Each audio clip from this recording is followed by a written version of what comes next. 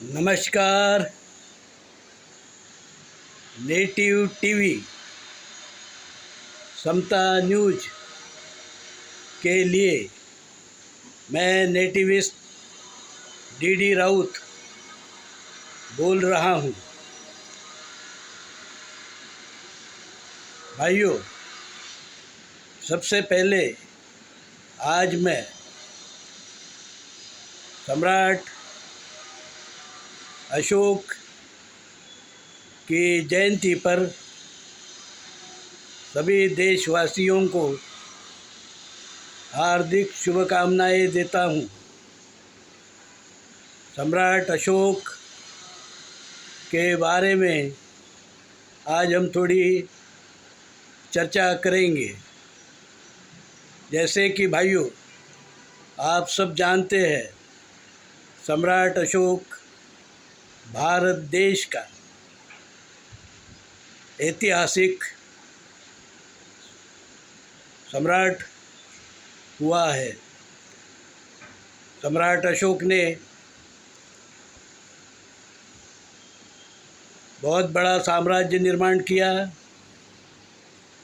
इसलिए वह सम्राट कहलाया। सम्राट अशोक का कुल मौर्य है और सम्राट अशोक के पहले इस साम्राज्य की नींव, मौर्य साम्राज्य की नींव चंद्रगुप्त मौर्य ने रखी थी। चंद्रगुप्त मौर्य मूल भारतीय हिंदू धर्मी थे और समता भाईचारा का मूल भारतीय हिंदू धर्म जो सिंधु हिंदू संस्कृति से चला आ रहा है, उसमें विश्वास रखते थे। उनका विदेशी यूरेशियन वैदिक ब्राह्मण धर्म को शुरू से ही विरोध रहा है। इस देश में मौर्य साम्राज्य के पहले भी, बुद्ध के समय भी नेटिव लोगों के, मूल भारतीय लोगों के अनेक गणराज्य रहे हैं। गणराज्य का मतलब है लोकशाही। भले ही राजा यह उस समय में पद रहा हो उस राज्य का, पर गणतंत्र में, उस समय में लोग गणतंत्र में विश्वास करते थे और अनेक गणराज्य थे। हम जानते हैं भगवान शिव भी इसी प्रकार एक गणराज थे, इसलिए उनका लड़का गणेश को भी गणराज कहा जाता है। यह मूल भारतीय सब परंपरा है गणराज्य की। मौर्य कुल भी मूल भारतीय कुल के ही थे, नागवंशी थे, और 5 नागों का इस देश पर एक छत्र राज्य जो विदेशी यूरेशियन वैदिक ब्राह्मण धर्म के लोग आने के पहले रहा है। 5 नाग सम्राट इस देश पर शासन करते थे, जिसमें वासुकी, तक्षक आदि नाग आपने सुना होगा। नागभूमि नागपुर भी आपको मालूम होगी। भाइयों, मौर्य सम्राट चंद्रगुप्त ने मौर्य साम्राज्य की नींव रखी। उसके बाद में अनेक मौर्य सम्राट हुए हैं। अशोक के बाद अशोक का पहला लड़का कुणाल अंध था, इसलिए राजा का उत्तराधिकारी पहला लड़का, बड़ा लड़का होने के बाद में भी जो दूसरा लड़का दशरथ था, उसको सम्राट बनाया गया। दशरथ के बाद में कुणाल का लड़का संप्रति 18 साल का जैसे ही हो जाएगा, छोटा था उस समय में, सम्राट अशोक ने कहा था जैसे ही बड़ा हो जाएगा, 18 साल का हो जाएगा, तो जो दशरथ मौर्य सम्राट जो थे उस समय में, जिसको अशोक ने कहा था कि जैसे ही संप्रति बड़ा होगा आपको राजकाज उसको सौंपना होगा, तो दशरथ ने संप्रति को 12 साल के बाद में अपना राजकाज सौंपा। इस संप्रति को ही जैन धर्म में सम्राट सौभम कहते हैं।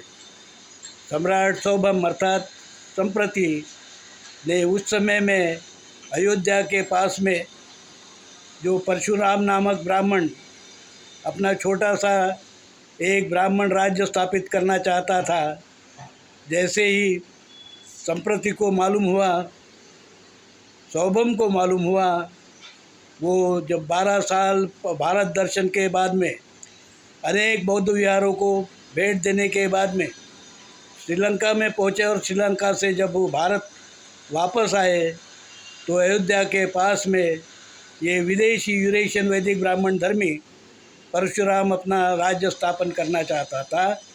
उसको सबसे पहले उसको मार गिराया। यह कहानी नहीं इतिहास है जो जैन इतिहासकारों ने उनके इतिहास में लिखा हुआ है। संप्रति अर्थात सौभम, सम्राट सौभम, इसी को परशुराम को मारने के कारण उसको राम कहा गया। अयोध्या में उसका राम का अर्थात सौभम का, संप्रति का जबरदस्त स्वागत हुआ। यह मौर्य साम्राज्य का सम्राट बना। बाद में उसके दादाजी ने, सम्राट अशोक ने जो अनेक विहार बनाए थे, उसको सम्राट संप्रति अर्थात संप्रति सौभम, सम्राट सौभम अर्थात राम ने उनको बहुत बड़े पैमाने पर फिर विकसित किया।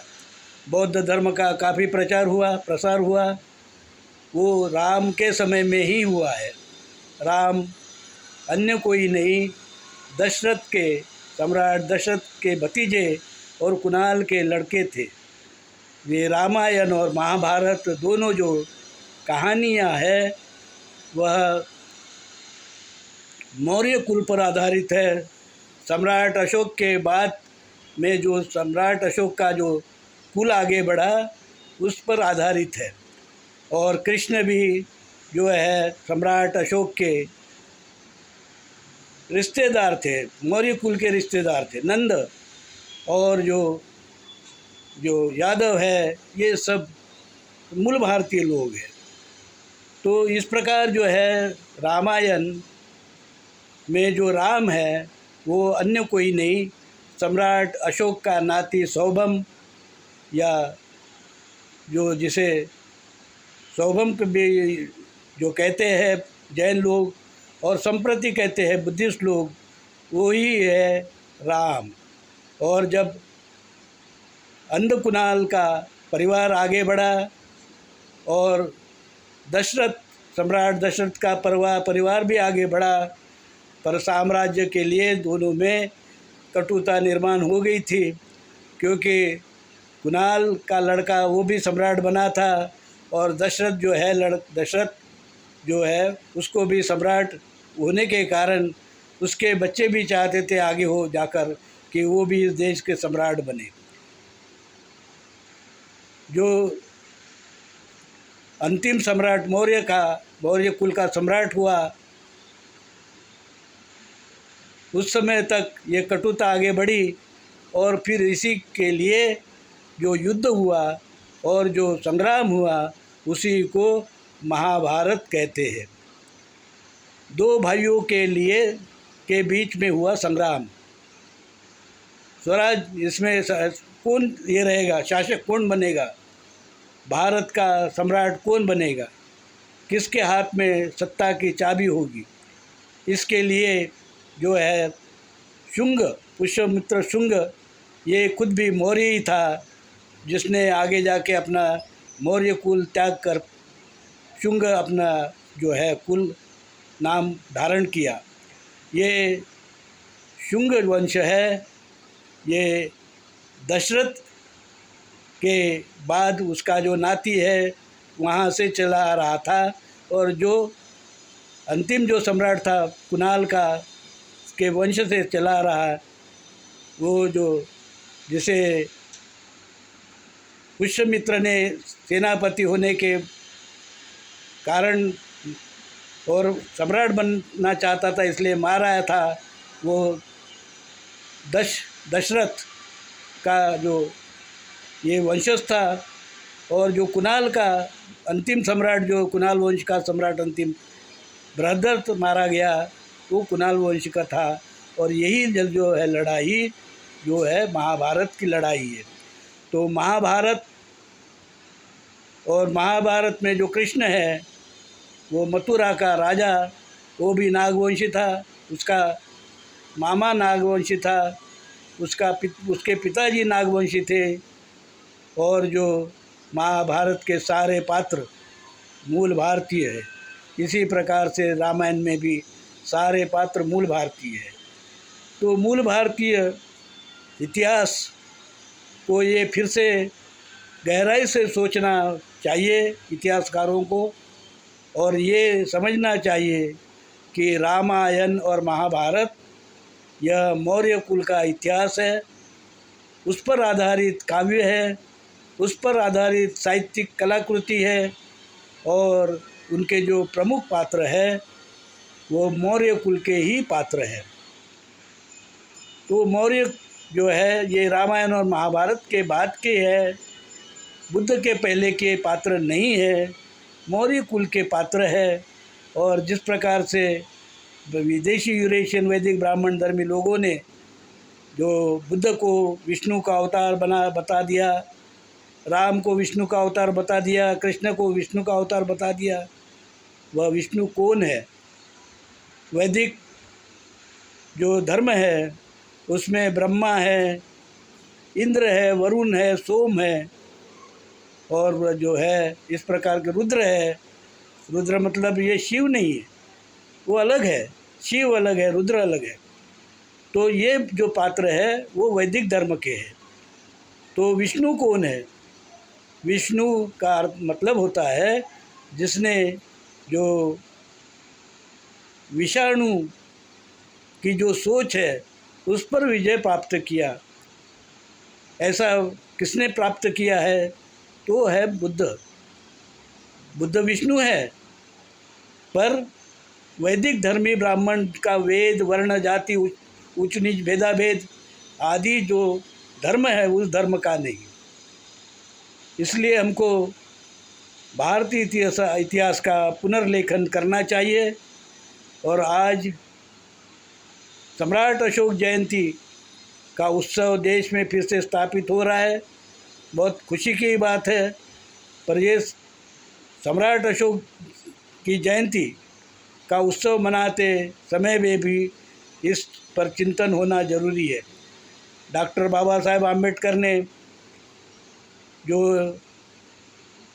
एक ग्रंथ लिखा रिडल्स, इसमें राम और कृष्ण इसको रिडल बताया, अनसुलझी पहेलियाँ बताया।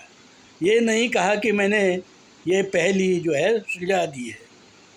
ये पहेली को सुलझाने का काम नेटिविस्ट डी राउत ने अपने इस विचार के माध्यम से किया है। हमें लगता है कि राम और कृष्ण दोनों मौर्य कुल के, और बुद्ध के बाद जो मौर्य कुल हुआ है वहाँ के पात्र है, और उस पर लिखा हुआ रामायण महाभारत है। रामायण और महाभारत में मूल भारतीय हिंदू धर्म को धर्म बताया गया है, जिसका जिक्र बार बार कृष्ण भी करते हैं, राम भी करते हैं, और विश्वामित्र भी करते हैं।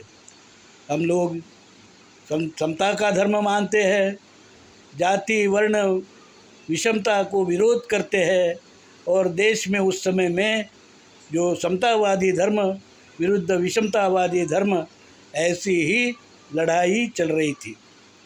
उसी को हम अभी उसको आगे बढ़ाना चाहिए, और मूल भारतीय हिंदू धर्म से उदय हुआ जैन धर्म, बौद्ध धर्म और अभी जो है उसके बाद में स्थापित हुआ सिख धर्म आदि समतावादी धर्म है, इस देश के धर्म है, इनको आगे बढ़ाना चाहिए। उसी प्रकार के जो भी समतावादी धर्म है, चाहे वो मुस्लिम धर्म हो, सिख धर्म हो, क्योंकि उसमें ज़्यादातर मूल भारतीय लोग ही है, इन धर्मों को आगे बढ़ाना चाहिए और देश में फिर से समता का जो स्वर्ण युग है उसको स्थापित करना चाहिए। आज सम्राट अशोक जयंती पर मैं फिर से एक बार आपको बहुत बहुत शुभकामनाएं देता हूँ। धन्यवाद। जय हिंद, जय नेटिव।